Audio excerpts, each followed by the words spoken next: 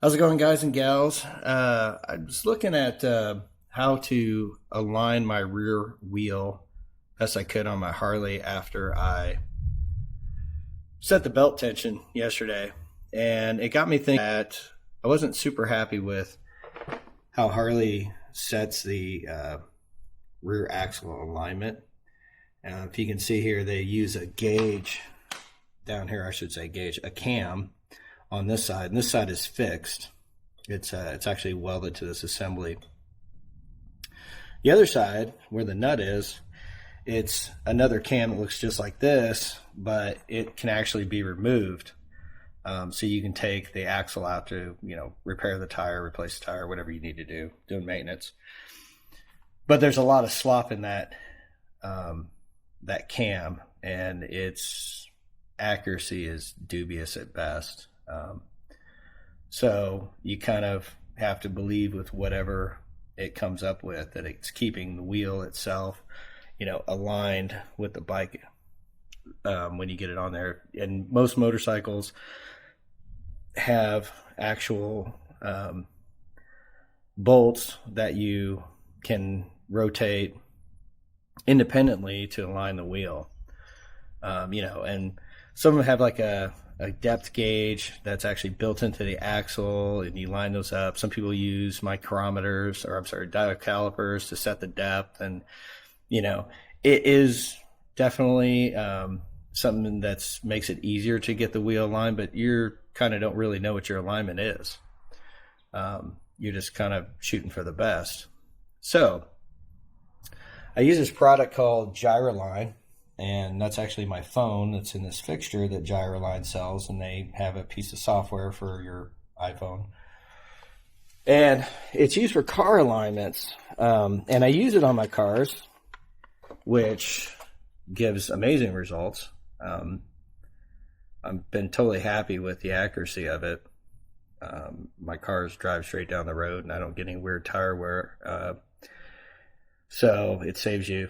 I mean, you can argue, you should still get it aligned by a rack, but if you're getting work done, or you've done work on your front end that requires the alignment, you can set it with a Gyraline for sure. And there's plenty of videos out there, people aligning it with Gyraline and then actually put an alignment rack, and they're very close. This is very accurate. But I thought to myself, how could I use this on my Harley to align the rear wheel? So the way this works is, on a car, you set one side or the other. You select your left side, you check that first, then you go to the other side of the other wheel, you set that, and then it tells you what the toe is for that opposite side. Then when you go to the opposite side again, it'll tell you what the toe is for that one. Well, obviously a bike only has two wheels, so you have to come up with a reference for the first side, so to say. So what I thought I'd do is, it's like, well, how can I cheat this? Or, how can I make this adapt? Not really cheat, but how can I adapt this for a motorcycle? Well, the best idea I'd come up with is to use the frame, because that's what your wheel alignment is, between the frame and the rear wheel. And of course you can do the front also. But what I do is I set this down here to the frame, put it on the frame, and say, hey, that's my first wheel that I'm going to align this to. So like, as you can see here, I've got this sitting down here on the frame. Get a little closer in there for you. And I'm going to tap it and say, hey, there's your reference. So let me roll around here to the other side. And you take your Gyraline. Now on this one, we're actually going to set it on the wheel. I don't know how well you can see that, but we're going to say, okay, that's my wheel alignment for this side, even though there is no side. Let me kind of swap hands here. It's a little finicky. See if I can get this lined up for y'all to see. But I'm going to set this on the wheel. Let's see if that's a good shot.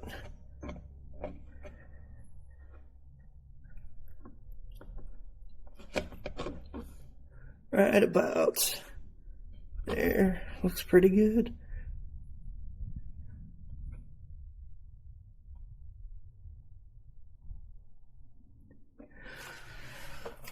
So when you look at this, it's saying that this wheel, the right side wheel, which really isn't a right side, we've already done the left side, is a half a degree. It's a half a degree negative toe. So the wheel is pointing towards the left side of the bike. See, and then it's kind of flashing the other side.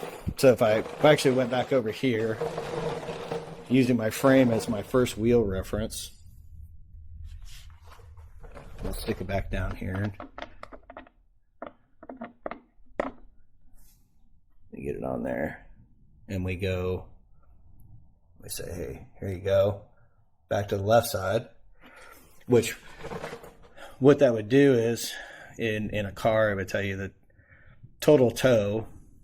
If the left side was now a half degree point the other way, it would tell you that what the total toe is. But in this case, since we really are only doing one, it's telling me my toe is, or I should say the rear wheel is now focused towards the left side of the bike. So I could go in there, loosen the axle nut, move it around until I get it to where it is 0, because that's what you want on a motorcycle. You don't want to push one way or another. Is a half a degree a huge amount? No, not at all. I mean, it's not bad at all. If you wanted to be picky with it, absolutely, I could go and loosen up the axle, move it, cinch it down, and recheck it and get it to 0. A half a degree does, it is going to make some, maybe a little bit long-term tire wear with the bike, drift towards, the left and have you compensate through the steering probably a little bit. I'll mess with it and see if I can get it to 0. But I don't know how accurate this is when we're doing it like this, because it's not designed for a motorcycle, it's designed for a car. I thought about emailing Gyraline and asking them what their thoughts are on it. See what they come back as. But it's just an interesting tool. I thought I'd give it a try. Dang, Harbor Freight, them and their notifications. I thought it would be interesting to see what it actually came up with. And I'll double check this a couple times. First one I got was 0.3 toe. So it's definitely 0.3, 0.5. Doing it this way with one hand, I think my first measurement of 0.3 was a lot more accurate. But it's something for people to think about. And if you have a Gyraline, you have a motorcycle, give it a try. See what you come up with. All right, take care, guys.